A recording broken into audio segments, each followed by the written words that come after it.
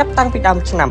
2025មកក្រុមអ្នកបច្ចេកទេសរបស់នាយកដ្ឋានអភិរក្សប្រាសាទនិងបុរាណវិទ្យានៃអាជ្ញាធរជាតិអប្សរាបានជួសជុលរានហានខាងមុខប្រាសាទបន្ទាយសំរែនៅជ្រុងខាងលិចជាងខាងត្បូងដើម្បីពង្រឹងរចនាសម្ព័ន្ធនៃរានហាននេះឲ្យរឹងមាំឡើងវិញលោកលងណាវីអ្នកជំនាញអភិរក្សថ្មនៃនាយកដ្ឋានអភិរក្សប្រាសាទនិងបុរាណវិទ្យាបានឲ្យដឹងថារានហានខាងមុខប្រាសាទបន្ទាយសំរែជ្រុងខាងលិចជាងខាងត្បូងនេះបានរងការខូចខាតធ្ងន់ធ្ងរដោយថ្មបាយក្រៀមផ្នែកខាងក្រោមបានពុកផុយខ្លាំងសសរខ្លះពុកផុយនិងក្រៀកខុសពីទីតាំងដើមធ្វើឲ្យរចនាសម្ព័ន្ធមិនរឹងមាំហេតុដូច្នេះអ្នកជំនាញចាំបាច់ត្រូវពង្រឹងគ្រឹះនិងរចនាសម្ព័ន្ធឲ្យរឹងមាំឡើងវិញ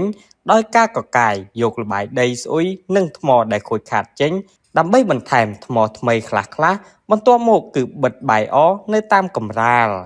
និងព្យាបាលកន្លែងដែលមានប្រហោងឬស្នាមប្រេះដើម្បីការពារកុំឲ្យជ្រាបទឹកចូលបន្តទៀត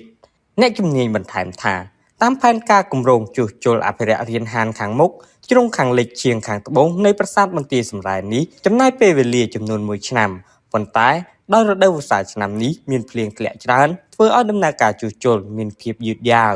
ទោះជាយ៉ាងណាក្រុមអ្នកជំនាញកំពុងពន្លឿនការងារនេះដោយសង្ឃឹមថាអាចរួចរាល់តាមផែនការគ្រោងទុកឬយឺតជាងនេះបន្តិចលោកលងណាវីបានបញ្ជាក់បន្ថែមថាគម្រោងជួសជុលនេះអនុវត្តតែចំពោះតួនៃរានហានប៉ុណ្ណោះចំណែកបង្កាន់ដៃនាគនៅផ្នែកខាងលើជាគម្រោងអនុវត្តនៅឆ្នាំបន្ទាប់